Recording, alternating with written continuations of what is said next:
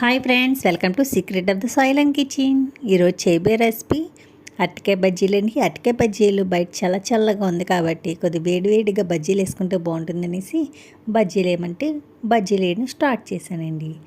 2 కప్పులు నేను శనగపిండి తీసుకున్నాను. అలాగే నేను 2 అరటికాయలకి సరిపడగా ఒక 2 కప్పులు తీసుకున్నాను అనమాట. మరీ ఎక్కువ తీసుకోవాల్సిన లేదు.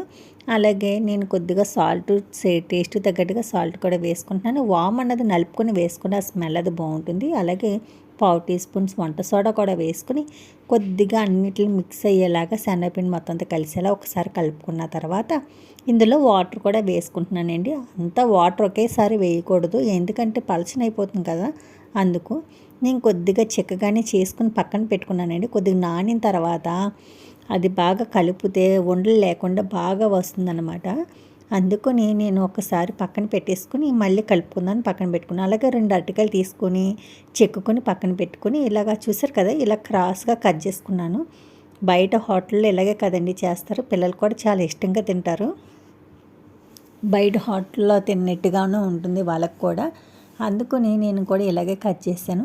చూడటానికి కూడా చాలా అందంగా ఉంటుంది కదా. ఇప్పుడు ఇలా కట్ చేసుకున్న తర్వాత చూసారు కదా, కొద్దిగా చిక్కగా ఉందని కొద్దిగా వాటర్ వేసుకున్నాను. కొద్దిగా తక్కువగానే వేసుకోండి, లేదంటే నూనె అది బాగా లాగేస్తుంది. అలాగే దలసరిగా కూడా రావు. చూసారు కదా, అలాగా చిక్కగా కలుపుకున్న తర్వాత అరటికాయలు అటు ఇటు జస్ట్ అలా ముంచి నూనెలో వేసుకోవాలి. అంతే అండి. చూసారు కదా ఎలా పొంగుతుందో. చాలా సింపుల్గా ఉంటుంది, అలాగే టేస్టీగా కూడా ఉంటుందండి. అరటికాయల్ని పిండిలో అటు ఇటు తిరిగేసి ముంచి అందులో వేసేసుకోవాలి. అంతే అండి, చాలా దలసరిగా వస్తాయండి. అలాగే సోడా కూడా ఎక్కువ వేసుకోకూడదు. వేసుకుంటే ఆయిల్ అది ఎక్కువగా లాగేస్తుంది. పల్చగా కూడా కలుపుకోకూడదు. పిండి అనేది ఎక్కువ చిక్కగా కూడా ఉండాలి. ఇలా వేసుకోవడం వల్ల టేస్ట్ కూడా చాలా బాగుంటుంది. చూసారు కదా ఎలా పొంగిందో. ఇలా చాలా దలసరిగా వచ్చినాయి కదా. ఇలాగా మనం చిక్కగా కలుపుకోవడం వల్ల ఇలాగ దలసరిగా వస్తుంది. అలాగే మనం వాటర్ అనేది ఎక్కువ వేసుకుంటే ఆయిల్ అది బాగా లాగేస్తుంది కాబట్టి ఇలా వేసుకోవడం కూడా బాగుంటుంది. ఒకసారి ట్రై చేసి చూడండి. చూసారు కదా, ఇలా ఎర్రగా ఎగిన తర్వాత మొత్తం అన్నీ కూడా తీసేసుకోవాలి. చూసారు కదా, అన్నీ ఎగిపోయినాయండి. ఇలా తీసుకుని నేను పక్కన పెట్టేసుకొని మళ్ళీ ఇంకో ట్రిప్ వేసుకుంటున్నాను. చూసారా ఎలా పొంగుతున్నాయో పైకి. ఇలా వేయగానే వెంటనే పొంగిపోతున్నాయి. ఇలాగా మనం బజ్జీ అందులో వేయగానే పైకి అలా పైకి వచ్చేసేయాలన్నమాట. అప్పుడే బాగా మనం కలిపిన పిండి సరిగ్గా కలిపామని అనమాట.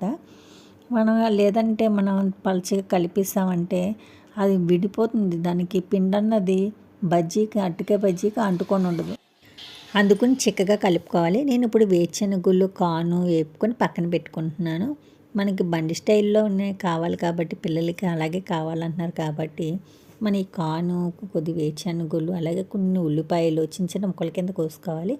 కొద్దిగా కొత్తిమీర అలాగే టమాటా పెద్దది 1 అలాగే కొత్తిమీర కొద్దిగా మరమరాలు కూడా వేసుకున్నాను.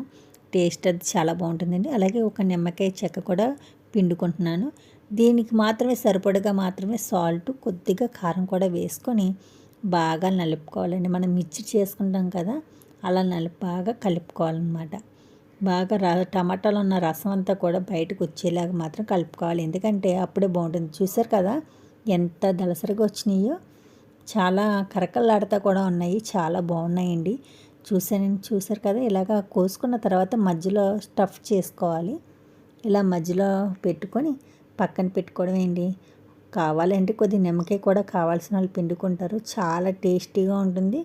మీరు కూడా ఒకసారి ట్రై చేసి చూడండి, చాలా బాగుంటుంది. చూసారు కదా, మా వీడియో కనుక మీకు నచ్చినట్లయితే లైక్ చేయండి, షేర్ చేయండి, మా ఛానల్ని సబ్స్క్రైబ్ చేసుకోండి. చూసారా, బజ్జీ రెడీ.